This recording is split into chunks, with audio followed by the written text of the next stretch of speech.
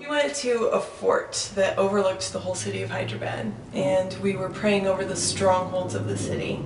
And I asked God, what are the strongholds? How can I pray for the people here? What is on your heart? And in an instant, for a second in time, He let me feel the terror in my heart of a woman being trafficked and in this sexual slavery, and it was terrifying. And I was so much better able to cry out with my heart for what was going on in the city, all over the city at that time. It was so intense, like crying, and just such an emotional experience that I literally felt it in my heart. I felt like somebody was chasing me down, like somebody had the intent to harm me. And I was able to just cry it out, and I prayed for a good 10 minutes. And after that, there was peace, and my soul was satisfied, and you know, He took the terror away. It wasn't like this feeling that I carried around all day, so it was intense, but very, very impactful.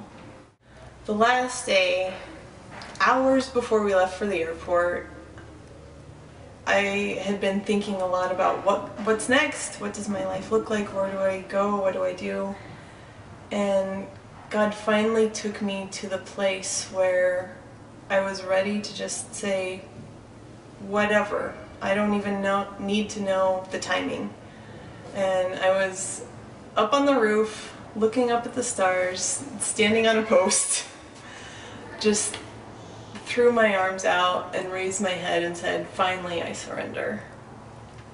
Totally. Her name was Ashina, and she had a little, maybe 4 or 5-year-old daughter, Manita, I think.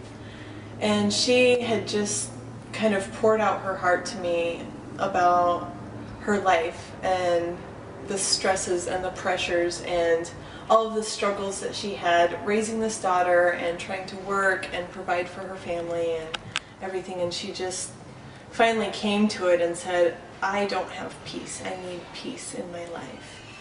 And I was able to just kind of lay out the gospel for her, just very simple message of Jesus, and say, Jesus is your peace, and He wants to bring that to you. And she looked at me and she said, you know, what you're saying sounds good, but your eyes are what really convince me. I can see it in your eyes.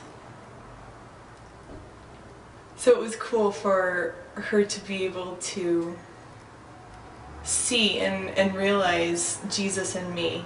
And it was cool for me to be able to realize that Jesus is obvious and is apparent in my life.